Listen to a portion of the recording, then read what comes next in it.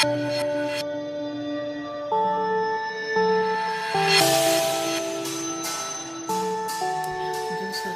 je me présente, je suis la sœur Peggy pour les personnes qui ne me connaissent pas. Donc j'avais un petit message à partager avec vous sur la foi. Je voudrais vraiment encourager un jeune ou une jeune à continuer à persévérer, à avoir la foi.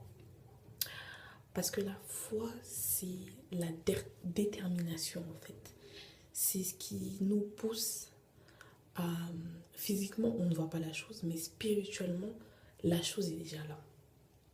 Moi, c'est comme ça que je vois la foi. Et ne pensez pas que si votre situation n'est pas assez stable en ce moment-là, ne pensez pas que Dieu ne voit pas votre situation. Il la voit. Dieu voit tout. Dieu entend toutes nos prières. Mais moi, je pense que Dieu veut qu'on double d'efforts et qu'on croit encore 2 fois plus en lui. Quand dans la Bible, on nous dit que Daniel a été jeté dans la fosse aux lions, est-ce que vous pensez vraiment que Daniel était bien? Non, il n'était pas bien. Il était vraiment dans une situation vraiment désagréable. Mais il avait cette conviction-là que Dieu allait faire quelque chose et que Dieu allait le sortir de cette fosse, de cette forêt, pardon. Mais toi, qu'est-ce que tu attends pour avoir cette conviction-là? Qu'est-ce que tu attends pour doubler d'efforts? Ne pense pas que tu es dans un trou perdu. Non.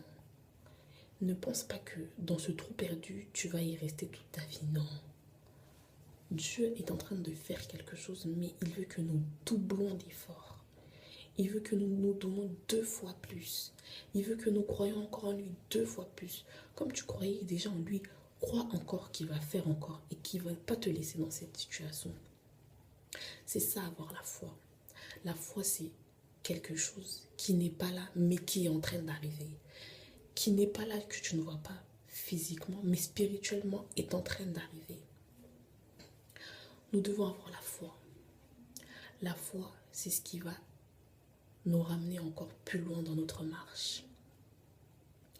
Car la foi est égale bénédiction.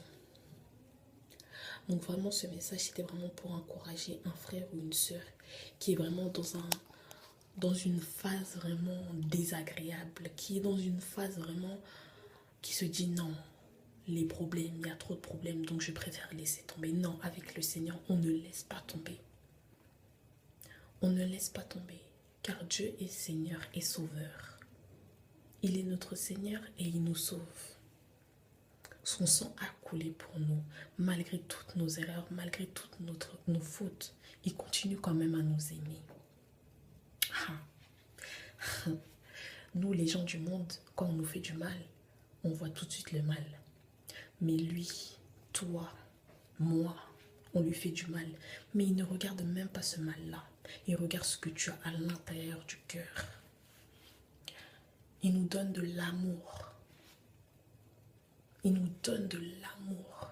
On ne mérite même pas cet amour, mais il nous le donne. Vraiment. Donc moi, j'encourage vraiment, je fortifie vraiment quelqu'un. Ne baisse pas les bras. Même quand tu es à la fin, laisse-moi te dire que il y a quelqu'un qui te regarde de là-haut et qui te dit, mon fils, ma fille, je suis là pour toi. Je suis là pour toi. Donc voilà le petit message que j'avais à apporter. Donc vraiment, que Dieu puisse nous aider dans les moments de difficulté, dans les moments où nous nous sentons abandonnés et que nous nous rappelions qu'il y a un Dieu qui nous aime, un Dieu, je n'ai pas les mots. Vraiment que le Seigneur vous bénisse.